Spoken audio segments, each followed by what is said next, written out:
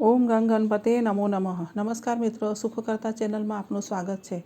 મિત્રો, આ પહેલાંના વિડીયોમાં આપ સૌએ અને હું દત્તબાવનીનું પઠન કર્યું. હવે આપણે જાણીશું ગુરુદેવ દત્તના 24 ગુરુઓ વિશે.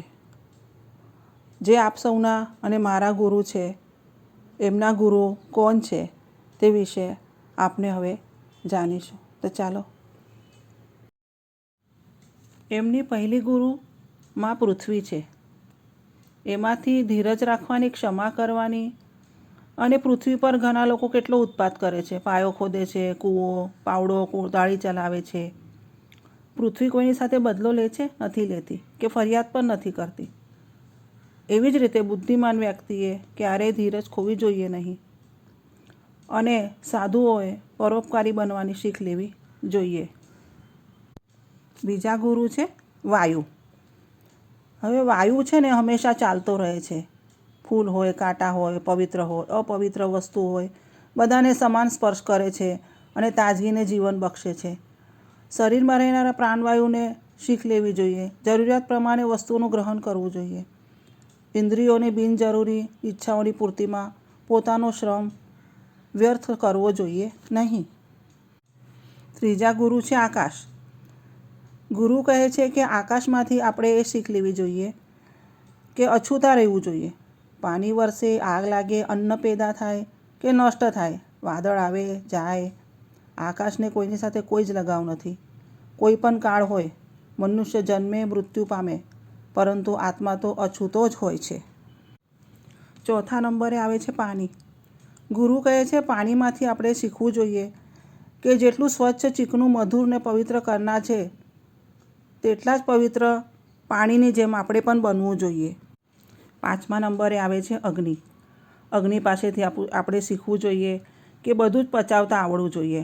આગ આડી હોય, અવળી હોય, લાંબા પહોળા કે નાના મોટા લાકડામાંથી લાગી હોય, લાકડાના સ્વરૂપ પ્રમાણે તે જોવા મળે છે, પરંતુ વાસ્તવમાં તે એવી હોતી નથી.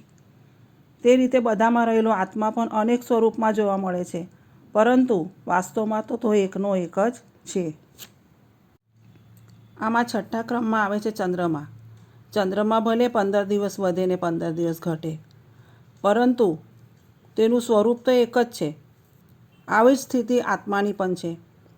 જન્મથી લઈને મૃત્યુ સુધી શરીર ભલે વધે ઘટે છે, પરંતુ તેની આત્મા પર કોઈ જ અસર થતી નથી. સાતમા ક્રમે આવે છે સૂર્ય. સૂર્યમાંથી આપણે એ શીખ લેવી જોઈએ કે કોઈનામાં પણ આસક્ત થવું જોઈએ નહીં. જે પાણી પૃથ્વી પરથી એ લે છે, એ પાછું વરસાવી દે છે. જુદા જુદા પાત્રોમાં સૂર્ય અલગ અલગ દેખાય, પરંતુ એક જ છે, અને તેવી જ સ્થિતિ આત્માની પણ છે. આઠમા ક્રમે આવે છે કબૂતર. કબૂતરમાંથી આપણે એ શીખ લેવી જોઈએ કે કોઈને પણ વધારે સ્નેહ ન કરવો જોઈએ, નહીંતર ઘણા કષ્ટો ભોગવવા પડે છે. કબૂતરનું એક જોડું હતું, તેને ઘણા બધા બચ્ચા હતા. એક દિવસ મા બાપ બહાર હતા ત્યારે શિકારીએ બાળકોને જાળમાં ફસાવી દીધા. કબૂતરની જોડીએ આવીને જોયું કે બચ્ચાઓ જાળમાં ફસાઈ ગયા છે, ત્યારે મા બાપ પણ પોતે જાળમાં જતા રહ્યા અને શિકારી બધાને બાંધીને લઈ ગયો.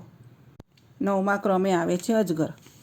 અજગરમાંથી એ શીખ લેવી જોઈએ કે ભોજન કેવું પણ હોય, સ્વાદિષ્ટ હોય, ફીકું હોય, થોડું મળે, વધારે મળે, જે કાંઈ મળે એમાંથી આપણે સંતોષ માનવો જોઈએ. દસમા ક્રમે આવે છે તે ગુરુ છે સમુદ્ર. સમુદ્રમાં તેમને તે શીખ લીધી કે હંમેશા પ્રસન્ન અને ગંભીર રહેવું. ભલે ને પછી ભરતી આવે કે ઓટ આવે, આપણે તો સદા પ્રસન્ન રહેવું જોઈએ. આમાં 11મા ક્રમે આવે છે પતંગિયું. પતંગિયામાંથી એમને એ શીખ લીધી ને આપણે પણ લેવી જોઈએ કે રૂપના મોહમાં પડીને કદી પણ આગમાં કૂદવું જોઈએ નહીં. દત્તગુરુએ જેમને ગુરુ માન્યા તેમાં 12મા ક્રમે આવે છે ભમરો. હવે આપણે ભમરામાંથી એ શીખ લીધી અને લેવી જોઈએ કે સારું જ્યાં પણ મળે તે લઈ લો. દત્તગુરુએ જેમને ગુરુ કહ્યા છે એમાંથી 13મા ક્રમે આવે છે હાથી.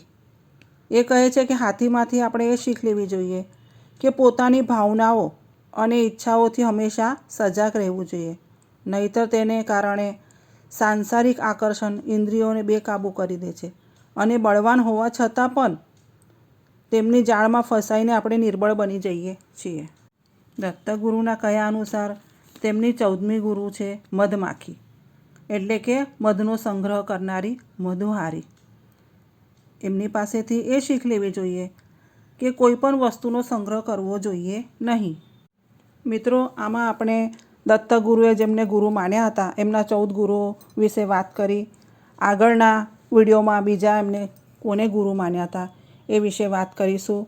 આપને વિડીયો ગમે તો લાઈક, શેર અને સબસ્ક્રાઈબ કરવાનું ભૂલતા નહીં. અને હા, કમેન્ટ કરવાનું તો ભૂલતા જ નહીં.